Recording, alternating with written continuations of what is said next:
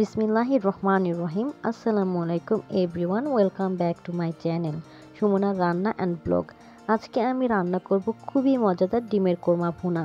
তো ডিমের কোরমা ভুনার জন্য আমি এখানে 5টা ডিম নিয়ে নিয়েছি। এই 5টা ডিমকে আমি এখন একটা কাঁটা চামচের সাহায্যে এভাবে একটু কেচে নিচ্ছি। এতে করে আমি যখন এটা তেলের মধ্যে ভাজবো তখন আর তেলটা ছিটে আসবে না, আর এর মধ্যে খুব সহজে কিন্তু মশলা ঢুকতে পারবে। তো আমি এক এক করে প্রত্যেকটা ডিম কিন্তু এভাবে কেচে নিব।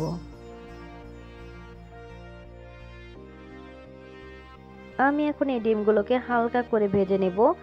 আর অনেকেই কিন্তু এই ডিমটাকে ভাজে না, ভাজা ছাড়াই কোরমা রান্না করে, আর আমার কাছে এটা ভালো লাগে না, তাই আমি একটু ভেজে নিচ্ছি। আমি সেম প্যানের মধ্যে দিয়ে দিচ্ছি 2 টুকরো দারচিনি, 2টা এলাচ থেতো করে নিয়েছি, আর দিয়ে দিচ্ছি সামান্য একটু তেজপাতা, 4-5টা লং দিয়ে আমি এটা 30 সেকেন্ডের জন্য ভেজে নেব।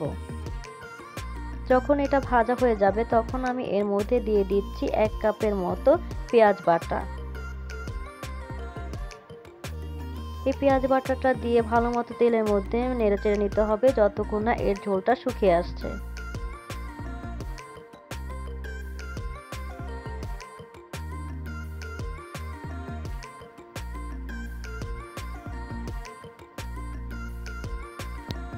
এখন আমি এর মধ্যে দিয়ে দিচ্ছি 1 চা চামচ আদা বাটা আর 1 চা চামচ রসুন বাটা দিয়ে আবারও আমি এই পেঁয়াজের সাথে নেড়েচেড়ে নিচ্ছি। পেঁয়াজের পানি যখন একদম শুকিয়ে আসবে তখন আমি এর মধ্যে দিয়ে দেব 1 টেবিল চামচ কাঠবাদাম বাটা আর 1 চা চামচ মরিচ গুঁড়ো। আমি কাঠবাদামটা কিন্তু গরম পানিতে কিছুক্ষণ সিদ্ধ করে এর ছোগাটা ফেলে দিয়েছি, তারপর আমি এটা ব্লেন্ড করে নিয়েছি। তো আমি এখন এর মধ্যে একটু পানি দিয়ে দিচ্ছি, আর পানি দিয়ে এখন ভালো মতো কষাতে হবে। আমি কিন্তু প্রত্যেকটা মশলা একবারে দিয়েও রান্না করতে পারতাম, কিন্তু আমি একটা মশলা দিব আর একটু একটু করে কষিয়ে নেব। এতে করে কিন্তু ডিমের কোরমার স্বাদটা আরও বেশি বেড়ে যাবে। এখন আমি দিয়ে দিচ্ছি আধা চা চামচ জিরা গুঁড়া, আধা চা চামচ ধনিয়া গুঁড়া, আর একটু দিয়ে দিচ্ছি মরিচ গুঁড়ো। আমার কাছে মরিচ গুঁড়োটা কম লেগেছে, এর জন্য আমি আরেকটু দিয়ে দিলাম। ডিমের কোরমার স্বাদ কিন্তু নির্ভর করে এর কষানোর উপরে। আপনি যত ভালো কষাবেন এর স্বাদটা কিন্তু ততই বাড়বে। আর এখন আমি দিয়ে দিচ্ছি স্বাদ মতো লবণ, আর লবণটা দিয়ে আবারও আমি এটা ভালো মতো নেড়েচেড়ে কষিয়ে নিচ্ছি। ঝোলটা শুকিয়ে এলে এরই মধ্যে দিতে হবে 2 চা চামচ টক দই। আমার ক্যামেরাটা বন্ধ হয়ে গিয়েছিল, যে কারণে আমি প্রথম চামচটা দেখাতে পারিনি। তো এখানে আমি 2 চা চামচ টক দই দিয়ে দিয়েছি এবং এটা দিয়ে ভালো মতো নেড়েচেড়ে নিচ্ছি। আর টক দইটা দেওয়ার আগে অবশ্যই কিন্তু এটা ভালো মতো ফেটিয়ে নিতে হবে, তা না হলে কিন্তু এটা ছাকড়া ছাকড়া হয়ে যাবে।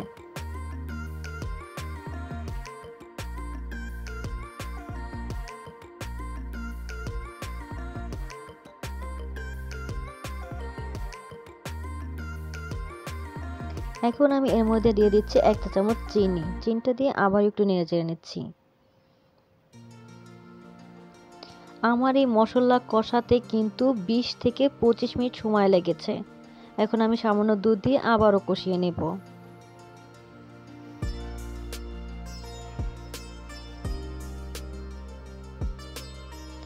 আর এই কোরমাটা রান্না করতে কিন্তু অবশ্যই অনবরত নেড়ে যেতে হবে, তা না হলে তলানিতে লেগে যাবে আর মশলাটা ভালো মতো কষানো হবে না।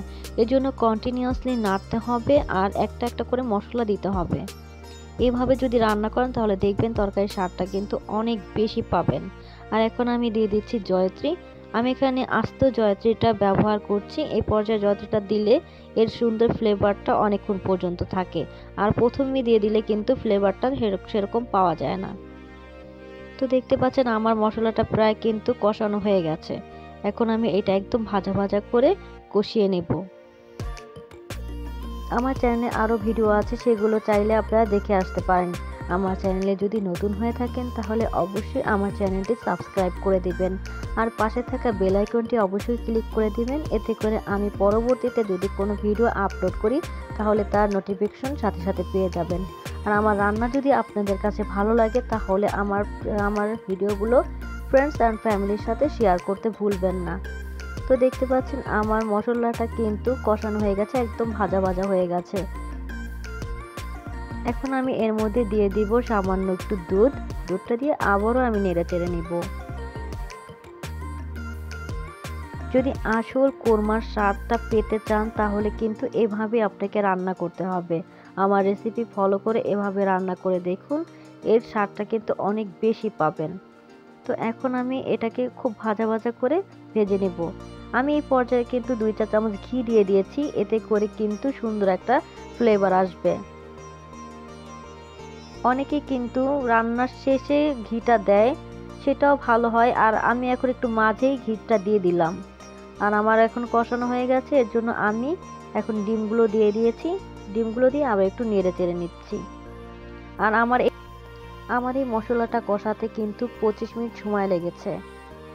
এখন আমি এর মধ্যে দিয়ে দিচ্ছি 4-5টার মতো কাঁচামরিচ, আর আমি এটা মাঝখান থেকে ফেলে নিয়েছি।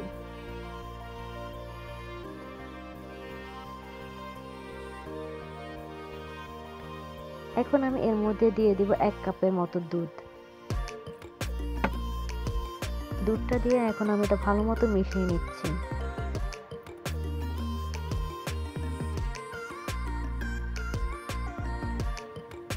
এখন আমি এর মধ্যে দিয়ে দিচ্ছি গরম মশলার গুঁড়া আধা চা চামচ, দিয়ে আবার নেড়ে নিচ্ছি। আর আমার এই ডিমের কোরমাটা কিন্তু অলমোস্ট হয়ে গিয়েছে। এখন আমি আর 2 মিনিটের মতো রাখবো, তারপরে আমি নামিয়ে ফেলবো।